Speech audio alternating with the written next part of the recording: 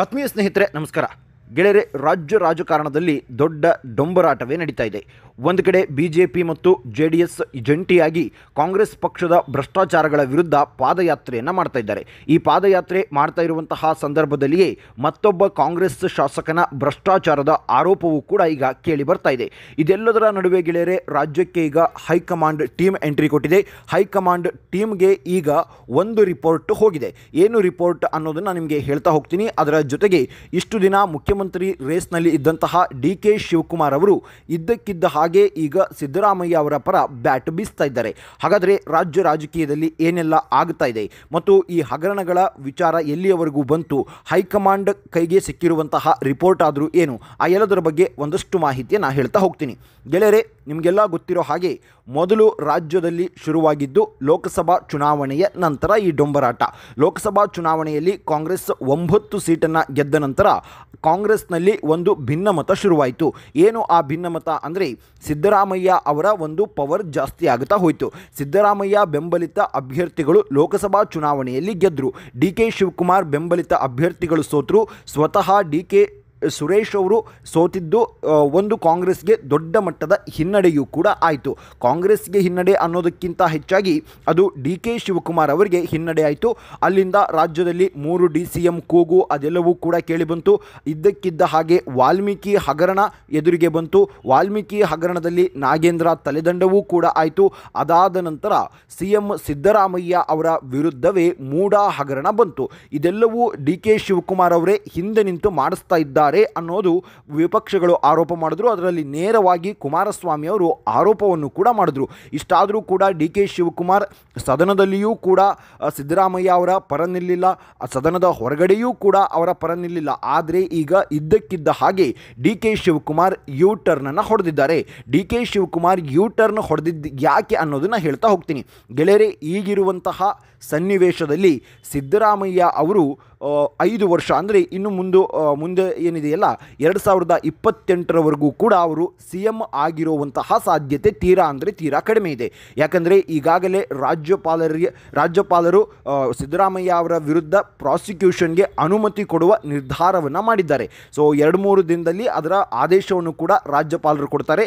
ಒಂದು ವೇಳೆ ಅದೇನಾದರೂ ಆದರೆ ಸಿದ್ದರಾಮಯ್ಯ ಅವರು ನೈತಿಕ ಹೊಣೆಯನ್ನು ಹೊತ್ತು ಅವರು ರಾಜೀನಾಮೆಯನ್ನು ಕೊಡಬೇಕಾಗಿ ಬರುತ್ತೆ. ಸಿದ್ದರಾಮಯ್ಯ ರಾಜೀನಾಮೆ ಕೊಟ್ಟರೆ ನೆಕ್ಸ್ಟ್ ಯಾರು ಅಲ್ಲಿ ಏನು ಅಂದರೆ ಹೊಡೆದಾಡಿ ಅಥವಾ ಸಿದ್ದರಾಮಯ್ಯ ಅವರ ವಿರುದ್ಧ ಮಾತನಾಡದೆ ಅಥವಾ ಸಿದ್ದರಾಮಯ್ಯ ಅವರ ವಿರುದ್ಧ ಏನೋ ಒಂದು ಹೇಳಿಕೆಯನ್ನು ಕೊಟ್ಟು ಇಲ್ಲ ಸಿದ್ದರಾಮಯ್ಯ ಅವರ ಪರಾನೂ ನಿಲ್ಲದೆ ಏನೂ ಇಲ್ಲದೆ ಸೈಲೆಂಟಾಗಿ ನಿಂತರೆ ಅದು DK ಶಿವಕುಮಾರ್ ಅವರೇ ಮಾಡಿಸಿದ್ದು ಅನ್ನೋದು ಜನಗಳಿಗೆ ಗೊತ್ತಾಗುತ್ತೆ. ಆಮೇಲೆ ಸಿದ್ದರಾಮಯ್ಯ ಅವರ ಬೆಂಬಲವಾಗಿರುವಂತಹ ಅಹಿಂದ ಓಟ್ಗಳು ಏನಿವೆಯಲ್ಲ ಅವು DK ಶಿವಕುಮಾರ್ ಅವರು ಕಳೆದುಕೊಳ್ಳಬೇಕಾಗತ್ತೆ.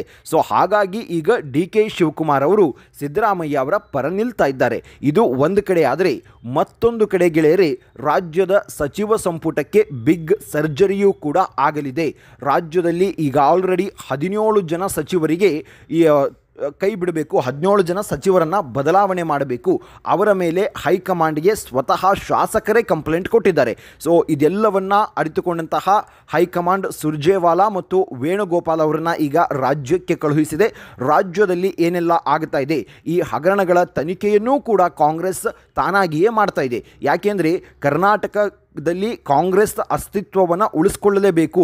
ಕರ್ನಾಟಕದಲ್ಲಿ ಯಾವಾಗ ಕಾಂಗ್ರೆಸ್ ಅಸ್ತಿತ್ವಕ್ಕೆ ಬಂತು ಅಲ್ಲಿಂದ ರಾಷ್ಟ್ರವ್ಯಾಪಿ ಕಾಂಗ್ರೆಸ್ಗೆ ಒಂದು ಬಲ ಬಂತು. ತೆಲಂಗಾಣದಲ್ಲಿ ಕಾಂಗ್ರೆಸ್ ಅಧಿಕಾರ ಹಿಡಿತು, ಆನಂತರ ಲೋಕಸಭಾ ಚುನಾವಣೆಯಲ್ಲಿ 99 ಸೀಟ್ಗಳನ್ನು ಗೆಲ್ತು. ಸೊ ಇದೆಲ್ಲವೂ ಕೂಡ ನಿಮಗೆ ಗೊತ್ತಿದೆ. ಸೊ ಹಾಗಾಗಿ ಹೇಗಾದರೂ ಮಾಡಿ ಕರ್ನಾಟಕವನ್ನು ಉಳಿಸ್ಕೊಳ್ಬೇಕು ಅಂತ ಈಗ ಕಾಂಗ್ರೆಸ್ ಹೈಕಮಾಂಡ್ ನಿರ್ಧಾರ ಮಾಡಿದೆ. ಸೊ ಏನು ಅಂದರೆ, ನಮ್ಮ ಸರ್ಕಾರದ ವಿರುದ್ಧ ಈ ರೀತಿ ಪ್ರಾಸಿಕ್ಯೂಷನ್ ಅದೆಲ್ಲವನ್ನು ಕೊಟ್ಟರೆ ಕಾನೂನು ಹೋರಾಟಕ್ಕೆ ಮುಂದೆ ಆಗಬೇಕು. ಸೊ ಹಾಗಾಗಿ ಏನೆಲ್ಲ ಆಗಿದೆ ಅನ್ನೋದರ ನೀವು ಒಂದು ತನಿಖೆಯನ್ನು ಮಾಡಿ ಅಂತ ಕಳುಹಿಸಿಕೊಟ್ಟಿತ್ತು. ಈಗ ಅದರ ರಿಪೋರ್ಟ್ ಕೂಡ ಬಂದಿದೆ. ಏನು ಆ ರಿಪೋರ್ಟ್ ಅಂದರೆ, ರಾಜ್ಯದಲ್ಲಿ ಹಗರಣ ಆಗಿರೋದು ಸತ್ಯ. ಸ್ವತಃ ಸಿದ್ದರಾಮಯ್ಯ ಅವರೇ ಒಪ್ಕೊಂಡಿದ್ದಾರೆ ರಾಜ್ಯದಲ್ಲಿ ಹಗರಣಗಳು ಆಗಿವೆ ಅಂತ. ಸೊ ಹಾಗಾಗಿ ಆ ಹಗರಣಗಳಲ್ಲಿ ಭಾಗಿಯಾಗಿರುವಂತಹ ಎಲ್ಲರನ್ನ ಕೆಳಗಡೆ ಇಳಿಸೋಣ ಅನ್ನುವಂತಹ ತೀರ್ಮಾನಕ್ಕೆ ಹೈಕಮಾಂಡ್ ಬಂದಾಗಿದೆ. ಈಗ ಅದರ ಜೊತೆಗೆ ಗೆಳೆಯರೇ, ಈ ಒಂದು ಸಚಿವ ಸಂಪುಟ ಏನಿದೆಯಲ್ಲ ಇದರಲ್ಲಿ 6 ಜನ ಸಚಿವರಿಗೆ ಕೋಕ್ ಕೊಡೋದಕ್ಕೆ ನಿರ್ಧಾರ ಮಾಡಿಯಾಗಿದೆ. ಆ 6 ಜನ ಯಾರು ಅಂದರೆ ಸಿದ್ದರಾಮಯ್ಯ ಅವರ ಕ್ಯಾಂಪಿನವರು. ಸಿದ್ದರಾಮಯ್ಯ ಅವರ ಬೆಂಬಲವಾಗಿ ನಿಂತ್ಕೊಂಡಿದ್ದಂತಹ 6 ಜನ ಸಚಿವರು ಈಗ ಅಧಿಕಾರವನ್ನು ಕಳೆದುಕೊಳ್ಳಿದ್ದಾರೆ. ಇದರಿಂದ ಒಂದು ಸ್ಪಷ್ಟವಾಗಿರುವಂತಹ ಸಂದೇಶ ಹೈಕಮಾಂಡ್ ಕೊಡ್ತಾ ಇರೋದು ಏನು ಅಂದರೆ, ಮೊದಲು ಡೈರೆಕ್ಟಾಗಿ ಸಿದ್ದರಾಮಯ್ಯ ಅವರನ್ನು ಟಚ್ ಮಾಡೋದು ಬೇಡ. ಯಾಕೆಂದರೆ ಸಿದ್ದರಾಮಯ್ಯ ಅವರನ್ನು ಟಚ್ ಮಾಡಿದ್ರೆ ಅಹಿಂದ ಓಟ್ಗಳು ಸಿಕ್ಕಾಪಟ್ಟೆ ಎಫೆಕ್ಟ್ ಆಗುತ್ತೆ, ಮುಂದಿನ ಚುನಾವಣೆಯಲ್ಲಿ ಅದು ಎಫೆಕ್ಟ್ ಆಗುತ್ತೆ. ಹಾಗಾಗಿ ಸಿದ್ದರಾಮಯ್ಯ ಅವರನ್ನು ಟಚ್ ಮಾಡೋದು ಬೇಡ. ಸೊ ಅವರ ಬೆಂಬಲಿಗ ಆಗಿರುವಂತಹ ಸಚಿವರನ್ನು ಮೊದಲು ಟಚ್ ಮಾಡೋಣ, ಅವರನ್ನು ಅಧಿಕಾರದಿಂದ ಕೆಳಗಡೆ ಇಳಿಸೋಣ. ಅವರನ್ನು ಅಧಿಕಾರದಿಂದ ಕೆಳಗಡೆ ಇಳಿಸಿ ಆದ ನಂತರ ರಾಜ್ಯದಲ್ಲಿ ಏನು ಎಫೆಕ್ಟ್ ಆಗುತ್ತೆ ನೋಡೋಣ. ಅದು ಏನಾದರೂ ಸಕಾರಾತ್ಮಕವಾಗಿ ಆ ಒಂದು ತಂತ್ರ ವರ್ಕೌಟ್ ಆಯಿತು ಅಂದರೆ ಮುಂದೆ ಸಿದ್ದರಾಮಯ್ಯ ಅವರ ರಾಜೀನಾಮೆಯನ್ನು ಪಡೆಯೋದಕ್ಕೆ ಈಸಿ ಆಗುತ್ತೆ ಅಂತ 6 ಜನ ಸಚಿವರಿಗೆ ಈಗ ಆಲ್ರೆಡಿ ತಲೆದಂಡ ಫಿಕ್ಸ್ ಅಂತ ಹೇಳಲಾಗ್ತಾ ಇದೆ. ಅದರಲ್ಲಿ ಪ್ರಮುಖವಾಗಿ ಕೇಳಿ ಬರ್ತಾ ಇರುವಂತಹ ಹೆಸರು ಸತೀಶ್ ಜಾರಕಿಹೊಳಿ ಅವರದ್ದು. ಸೊ ಸತೀಶ್ ಜಾರಕಿಹೊಳಿ ಅವರ ಹೆಸರು ಯಾಕೆ ಅಂದರೆ, ಸತೀಶ್ ಜಾರಕಿಹೊಳಿ ಅವರೇ ಸಿದ್ದರಾಮಯ್ಯ ಅವರಿಗೆ ಪವರ್ ತುಂಬಿರೋದು. ಸಿದ್ದರಾಮಯ್ಯ ಅವರು ಇಷ್ಟು ಬಲವಾಗಿ ನಿಂತ್ಕೊಳ್ಳೋದಕ್ಕೆ ಕಾರಣನೇ ಸತೀಶ್ ಜಾರಕಿಹೊಳಿ ಅವರು. ಹಾಗಾಗಿ ಸತೀಶ್ ಜಾರಕಿಹೊಳಿ ಅವರನ್ನ ಸಚಿವ ಸ್ಥಾನದಿಂದ ಕೆಳಗಡೆ ಇಳಿಸೋಣ, ಆ ನಂತರ ಅಲ್ಲಿ ಏನಾಗುತ್ತೆ ನೋಡೋಣ. ಯಾಕಂದರೆ ಇಲ್ಲಿ 2 ವಿಚಾರಗಳಿವೆ. ಏನು ಅಂದರೆ, ಸತೀಶ್ ಜಾರಕಿಹೊಳಿ ಅವರು ST ಸಮುದಾಯಕ್ಕೆ ಸೇರಿದವರು. ಸೊ ಹಾಗಾಗಿ ಸತೀಶ್ ಜಾರಕಿಹೊಳಿ ಅವರನ್ನ ಕೆಳಗಡೆ ಇಳಿಸೋಣ ಅನ್ನುವಂತಹ ತೀರ್ಮಾನಕ್ಕೆ ಕಾಂಗ್ರೆಸ್ ಹೈಕಮಾಂಡ್ ಬಂದಿದೆ. ಆದರೆ ಇಲ್ಲಿ ಇನ್ನೊಂದು ಸಮಸ್ಯೆಯೂ ಕೂಡ ಇದೆ.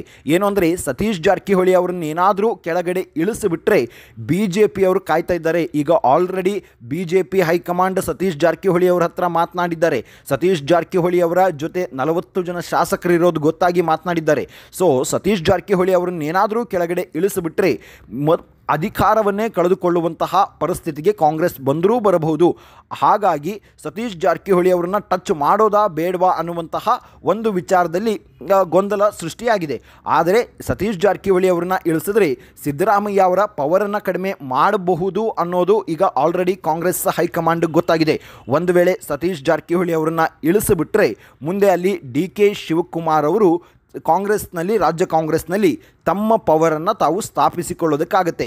DK ಶಿವಕುಮಾರ್ ಅವರಿಗೆ ಇರುವಂತಹ ನೇರ ಸ್ಪರ್ಧಿಗ ಸತೀಶ್ ಜಾರಕಿಹೊಳಿ ಅವರೇ.